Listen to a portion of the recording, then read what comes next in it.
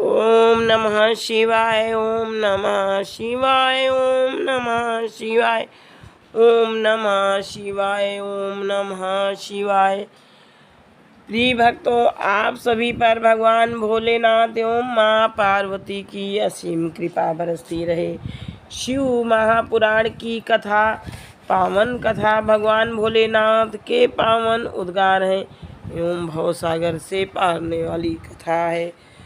भगवान विष्णु की नाभि से कमल का प्रादुर्भाव, शिव इच्छा से ब्रह्मा जी का उससे प्रकट होना, कमल नाल के उद्गम का पता लगाने में असमर्थ ब्रह्मा जी का तप करना, श्री हरि का उन्हें दर्शन देना। इस प्रकार से जब श्री हरि ने भगवान ब्रह्मा जी को दर्शन दिया, श्री हरि भगवान विष्णु बताते हैं कि मैं ही बुद्धि तत्व की सृष्टि हूँ। उसमें 3 प्रकार के अहंकार उत्पन्न किए हैं। तदनंतर उससे रूप, रस, गंध, स्पर्श, शब्द, इन 5 तन्मात्राओं मन एवं चक्षु, जिह्वा, घ्राण, श्रोत्र तथा त्वचा, इन 5 ज्ञानेंद्रियों और वाक, पाणि, पाद, पायु, उपस्थ, इन 5 कर्मेंद्रियों, क्षिति, जल, पावक, गगन और वायु, इन 5 महाभूतों तथा अन्य सभी भौतिक पदार्थों की रचना लीला से ही की है। हे प्रजापते, हे ब्रह्मा, ऐसा जानकर आप मेरी शरण में आ जाइए। मैं सभी दुखों से आपकी रक्षा करूंगा, इसमें संशय नहीं है। ब्रह्मा जी कहते हैं कि विष्णु का यह वचन सुनकर मुझ ब्रह्मा को बहुत क्रोध आ गया और माया के वशीभूत हुआ। मैं उनको डांटते हुए पूछने लगा कि आप कौन हैं और किस लिए इतना अधिक निरर्थक बोल रहे हैं। आप न ईश्वर हैं न परब्रह्म हैं, आपका कोई कर्ता अवश्य है। महाप्रभु शंकर की माया से विमोहित मैं उन भगवान विष्णु के साथ भयंकर युद्ध करने लगा। उन प्रलयकालीन महासमुद्र के मध्य रजोगुण के कारण परस्पर बड़ी शत्रुता से हमारा और विष्णु का रोमांचकारी युद्ध होने लगा। इसी बीच हम दोनों के छिड़े विवाद को शांत करने के लिए और ज्ञान प्रदान करने के लिए हम दोनों के सामने ही एक लिंग प्रकट हुआ। वह लिंग अग्नि की प्रचंड 1000 ज्वालाओं से भी अधिक ज्वाला समूहों वाला, सैकड़ों कालाग्नियों के समान कांतिमान, क्षय एवं वृद्धि से रहित, आदि मध्य और अंत से विहीन था। वह उपमा रहित, अनिर्देश, बिना किसी के द्वारा उपस्थापित, अव्यक्त और विश्वसर्जक था। उस लिंग की सहस्र ज्वालाओं के समूह को देखने मात्र से ही भगवान विष्णु मोहित हो उठे। शिव की माया से मोहित हो मुझसे वे कहने लगे कि इस समय मुझसे तुम इतनी स्पर्धा क्यों कर रहे हो। हम दोनों के मध्य तो एक तीसरा भी आ गया है, इसलिए युद्ध रोक दिया जाए। हम दोनों इस अग्नि से उत्पन्न लिंग की परीक्षा करें कि यह कहाँ से प्रकट हुआ है। मैं इस अनुपम अग्नि स्तंभ के नीचे जाऊंगा और हे प्रजानाथ, आप इसकी परीक्षा करने के लिए वायु वेग से प्रयत्नपूर्वक शीघ्र ऊपर की ओर जावें। ब्रह्मा उवाच। ब्रह्मा जी कहते हैं, तब ऐसा कहकर विश्वात्मा भगवान विष्णु ने वाराह का रूप धारण किया और हे मुने, मैंने भी शीघ्र हंस का रूप बना लिया।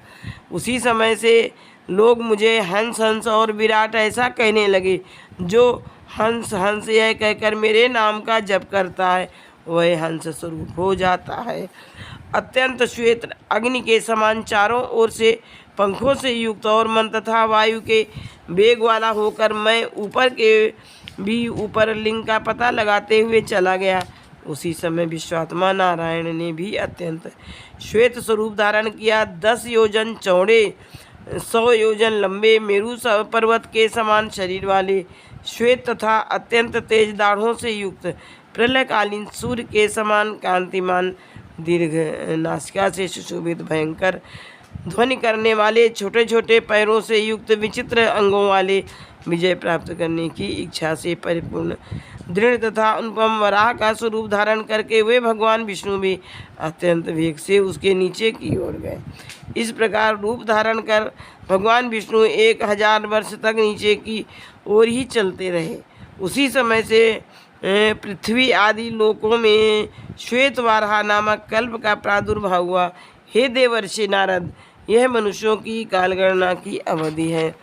इस प्रकार से इधर अत्यंत तीव्र गति से नीचे की ओर से जाते हुए महातेजस्वी विष्णु बहुत प्रकार से भ्रमण करते रहे, किंतु महावाराह रूपधारी विष्णु उस ज्योतिर्लिंग के मूल का अल्प भाग भी न देख सके।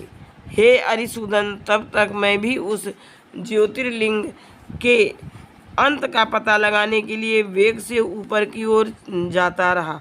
यत्नपूर्वक उस ज्योतिर्लिंग के अंत को जानने का इच्छुक मैं अत्यंत परिश्रम के कारण थक गया और उसका अंत बिना देखे ही थोड़े समय में नीचे की ओर लौट पड़ा।